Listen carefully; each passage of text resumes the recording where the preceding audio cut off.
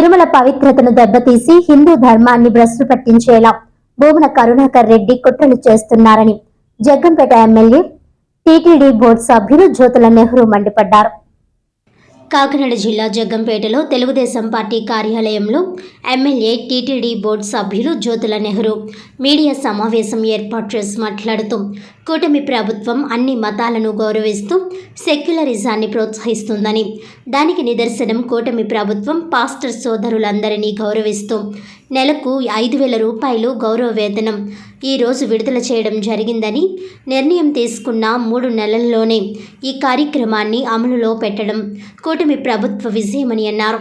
ముఖ్యంగా మాజీ TTD chairman YCP నాయకుడు భూమన కరుణాకర్ రెడ్డి తిరుమల గోశాలపై చేస్తున్న అసత్య ప్రచారాన్ని ఆయన తీవ్రంగా ఖండించారు.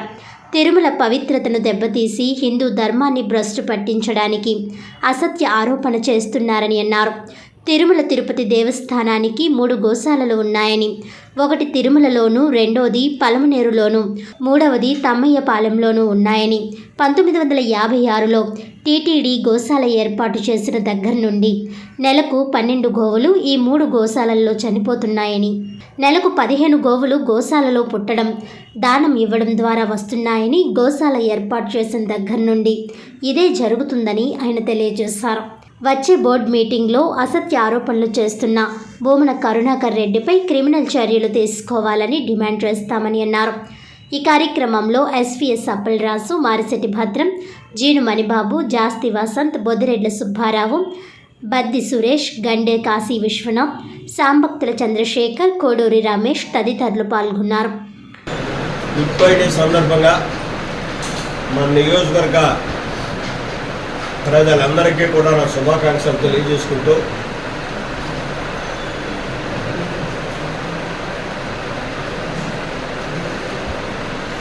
నమో వెంకటేశాయ.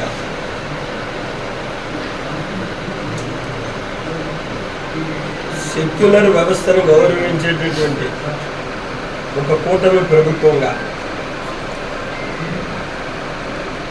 ఈ గుడ్ ఫ్రైడే సందర్భంగా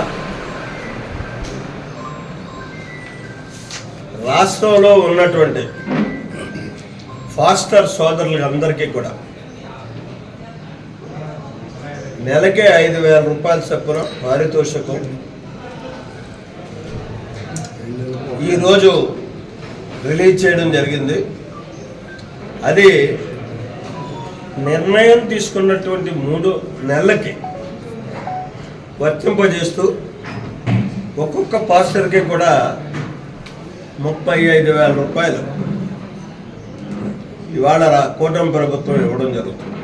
అకౌంట్లు పడిపోయినాయి. ఆల్రెడీ 2 సార్లు టీటీడీ సభ్యుడిగా,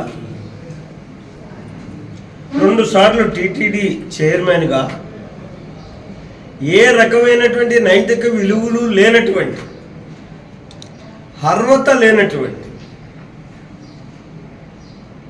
అతను నాస్తికుడో తెలీదు, ఎక్స్ట్రీమిస్టో తెలీదు, అంటే విప్లవకారుడో తెలీదు, మతోన్మాదో తెలియదు. అటువంటి వ్యక్తి 4 దఫాలు తిరుమల తిరుపతి దేవస్థానం ఆనాటి ప్రభుత్వాలు అతనికి అవకాశం కల్పించాయి. ఎక్కడెక్కడో చనిపోయిన అన్ని బొమ్మలన్నింటినీ తీసుకొచ్చి ఇక్కడ చూపెట్టి, ఇందాక ఎవరో ఓ టీవీలో ఒక పెద్ద ఆయన చెప్తున్నాడు, అసలు గోశాలలో ఈ జంతువులు ఇలాగున్నాయి, ఇవి ఉన్నాయని చూపెట్టాలి కదా, మేము ఈ మేతేత్తనం, ఈ గడ్డేత్తనం అని చెప్పాలన్నాడు. అంటే పిచ్చోడు అవుతుందో మంచోడో నాకు అర్థం కదా. రోజు ప్లే చేస్తున్నారు,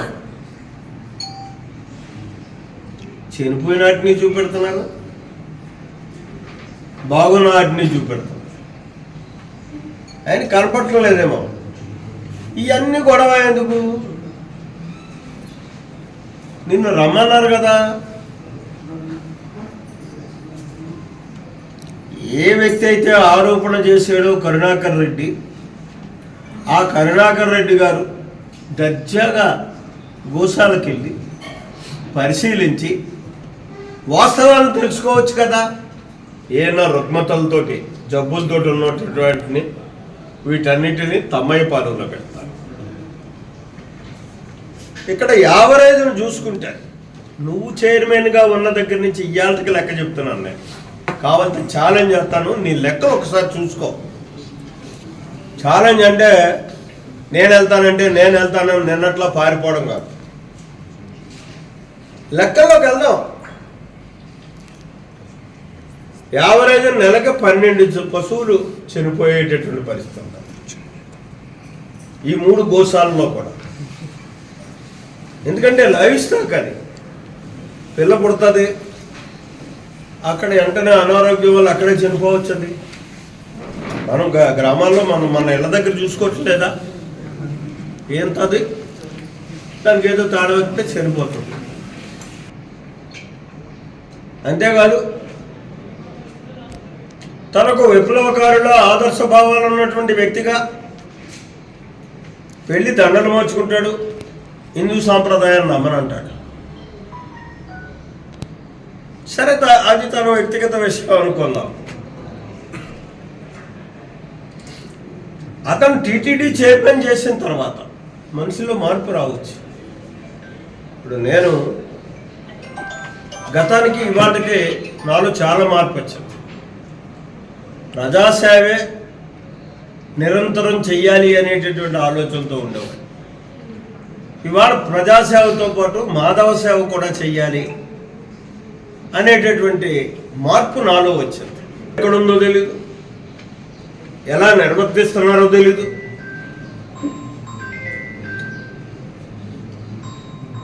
నీకున్నది ఏంటంటే, ఆ రోజు రాజశేఖర రెడ్డి, ఈరోజు జగన్మోహన్ రెడ్డి, వాళ్ళిద్దరికీ కూడా హిందూ సాంప్రదాయం మీద నమ్మకం లేని వ్యక్తులు. నిన్ను తీసుకొచ్చి టీటీడీ బోర్డు చైర్మన్ చేస్తే అంటే వాళ్ళ ఆలోచన విధానం తిరుపతి వెంకటేశ్వరుని ఒక వ్యాపార వ్యవస్థగా సృష్టించుకుని ఆదాయ వనరుగా మార్చుకుని సంపాదించుకోవడానికే ఉపయోగించుకున్నటువంటి ఈ నికృష్టులు ఇవాళ నిష్ఠాతులుగా నియమ నిబంధనలతోటి తిరుపతి వ్యవస్థని ప్రక్షాళన చెయ్యాలి, 100% అని కట్టుబడి పనిచేస్తున్నటువంటి మా మీద కానీ, ఈ కూటమి ప్రభుత్వం మీద కానీ బురద జల్లేటటువంటి కార్యక్రమం చేయడం చాలా నికృష్టమైనటువంటి కార్యక్రమం.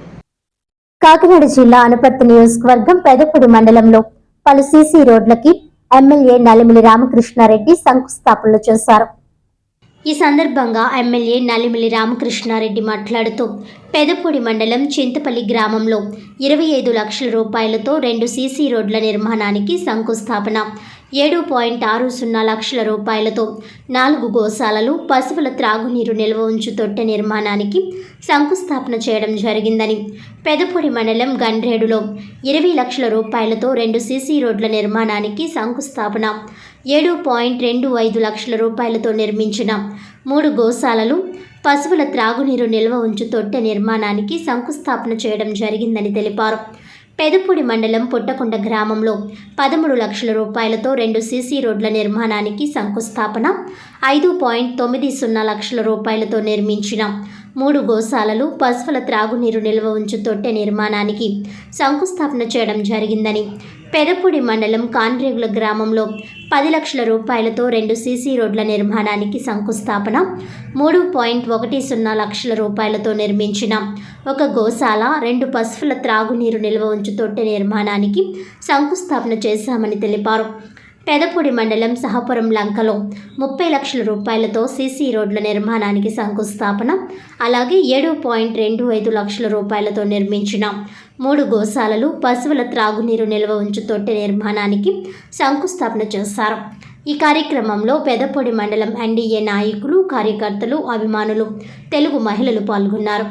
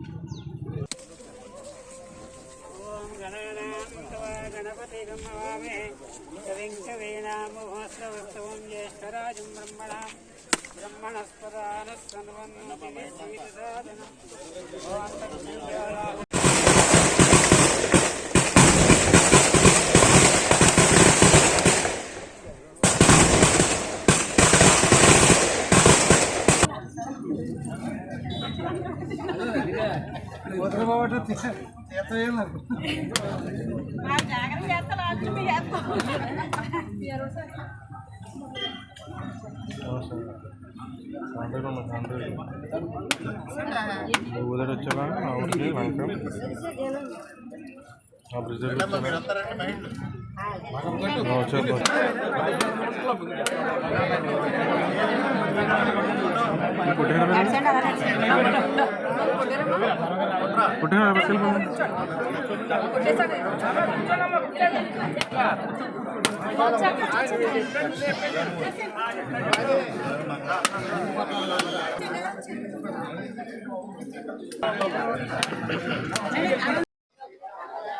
ఈరోజు ఈ 9 నెలల కూటమి పరిపాలనలో ఏ విధంగా అభివృద్ధి కార్యక్రమాలు జరుగుతూ ఉన్నాయనేది ప్రజలందరూ చూస్తూ ఉన్నారు. ప్రతిరోజు ఏదో గ్రామంలో ఏదో ఒక మండలంలో అభివృద్ధి కార్యక్రమాలకి శంకుస్థాపనలు ప్రారంభోత్సవాలు చేసుకుంటూ ఇవాళ కూటమి ప్రభుత్వం ముందుకెళ్తా ఉంది. నిన్నటి రోజున 3 గ్రామాల్లో దాదాపుగా 4 కోట్ల రూపాయల మేరకు అభివృద్ధి కార్యక్రమాలు పెదపూడి మండలంలోనే చేయడం జరిగింది. ఈ రోజు 4 గ్రామాల్లో 1,29,00,000తో ఇక్కడ అభివృద్ధి కార్యక్రమాలకి ఈరోజు శ్రీకారం చుట్టడం జరుగుతూ ఉంది.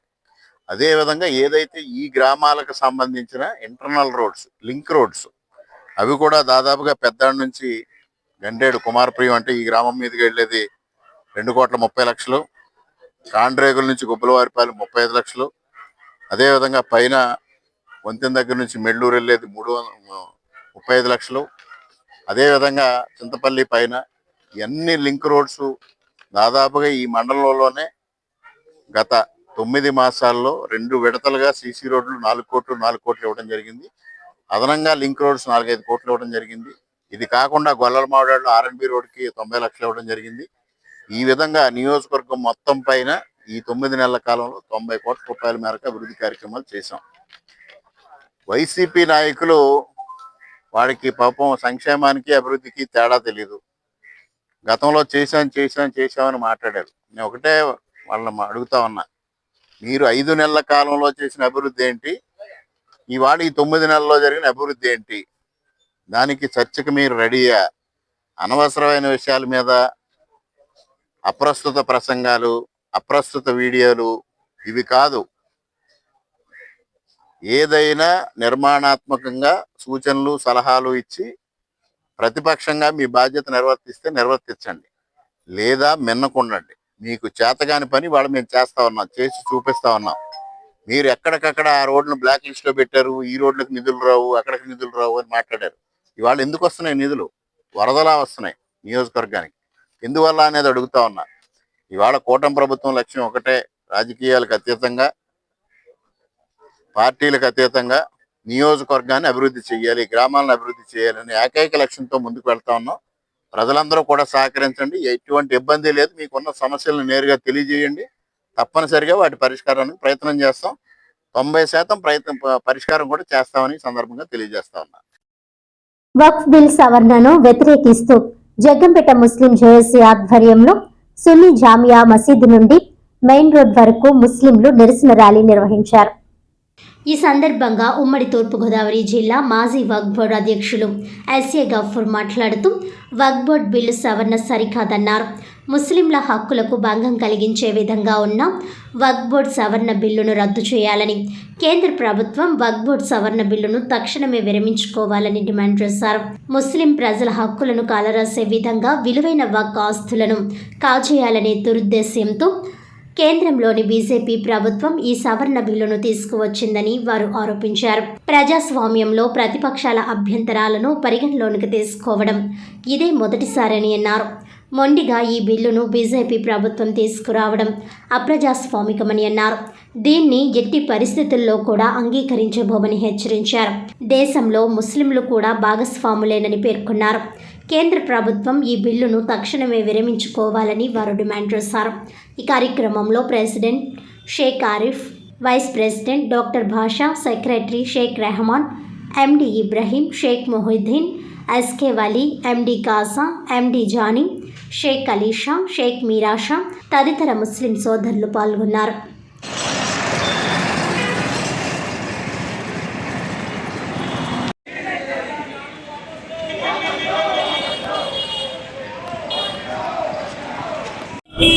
ఈరోజు జగ్గంపేట సున్నీ జామియా మసీద్ కమిటీ ఆధ్వర్యంలో మరి ఈ యొక్క ఏదైతే కేంద్ర ప్రభుత్వం వక్ఫ్ బోర్డు మీద 2025 వక్ఫ్ అమెండ్మెంట్ యాక్ట్ అని చెప్పేసి ఒక కొత్త చట్టాన్ని, ఒక నల్ల చట్టాన్ని తీసుకురావడం జరిగింది. మరి దాంట్లో భాగంగా మరి దేశం మొత్తం మీద ప్రతి రాష్ట్రంలో కూడా, మరి ప్రతి మండలంలో, ప్రతి జిల్లాలో, ప్రతి నియోజకవర్గంలో కూడా మరి ఈ వక్ఫ్ అమెండ్మెంట్ యాక్ట్ మీద ధర్నాలు, రాస్తారోకలు జరుగుతూ ఉన్నాయి. మరి దాంట్లో భాగంగా ఈరోజు శుక్రవారం ప్రార్థనల అనంతరం మరి ఏదైతే కేంద్రం తీసుకున్న ఈ వక్ఫ్ సవరణ చట్టం ఉందో ఆ వక్ఫ్ సవరణ చట్టాన్ని వెంటనే రద్దు చేయాలని చెప్పేసి మేము ఈరోజు మరి ఈ యొక్క నిరసన కార్యక్రమాన్ని మరి తెలియజేయడం జరిగింది. వెంటనే ఈ వక్ఫ్ సవరణ చట్టాన్ని రిజెక్ట్ చేయాలని ముస్లిం సోదరులందరూ కూడా కోరుకోవడం జరుగుతుంది. జడ్జిమెంట్ ఇచ్చింది, మే 5న మళ్ళీ ఇంకో జడ్జిమెంట్ ఉంది. మరి నిన్న సుప్రీంకోర్టు ఇచ్చిన జడ్జిమెంట్ అయితే మా అందరికీ కూడా చాలా సంతోషాన్ని కలిగించింది. మరి తర్వాత మే 6న ఇంకో జడ్జిమెంట్ ఉంది. దాంతోపాటు ఎందుకంటే 72 పిటిషన్లు రావడం జరిగింది సుప్రీంకోర్టుకి. అంటే రకరకాల దేశం మొత్తం మీద ఉన్నటువంటి రాజకీయ పార్టీలు, అంటే రాజకీయంగా ఈ వక్ఫ్ అమెండ్మెంట్ యాక్ట్ చట్టాన్ని వ్యతిరేకిస్తూ 72 పిటిషన్లు రావడం జరిగింది. అందులో కొన్ని పిటిషన్లు అయితే మన వాదోపవాదాలు జరిగినాయి సుప్రీంకోర్టులో. దాంట్లో భాగంగానే సుప్రీంకోర్టు కూడా అడగడం జరిగింది. ఎందుకంటే మరి హిందూ దేవాలయాల్లో ముస్లింని వేస్తారా అని సుప్రీంకోర్టు అడగడం జరిగింది కేంద్ర ప్రభుత్వాన్ని. అదేవిధంగా మరి అందులో అయినప్పుడు ఈ వక్ఫ్ బోర్డులో ఇతర మతస్థుల్ని వేయడం కూడా తప్పని చెప్పేసి సుప్రీంకోర్టు చెప్తూ ఉంది. మరి దాన్ని సుప్రీంకోర్టు ఏదైతే చెప్పిందో దాన్ని మేము అందరం కూడా స్వాగతిస్తూ ఉన్నాం. మరి ముఖ్యంగా ఏంటంటే ఏదైతే కేంద్రం ఈ వక్ఫ్ అమెండ్మెంట్ యాక్ట్ బిల్లుని ప్రవేశపెట్టిందో ఆ వక్ఫ్ అమెండ్మెంట్ యాక్ట్ బిల్లు వెంటనే రద్దు చేయాలని చెప్పేసి మేము అందరం కూడా కోరుకోవడం జరుగుతుంది.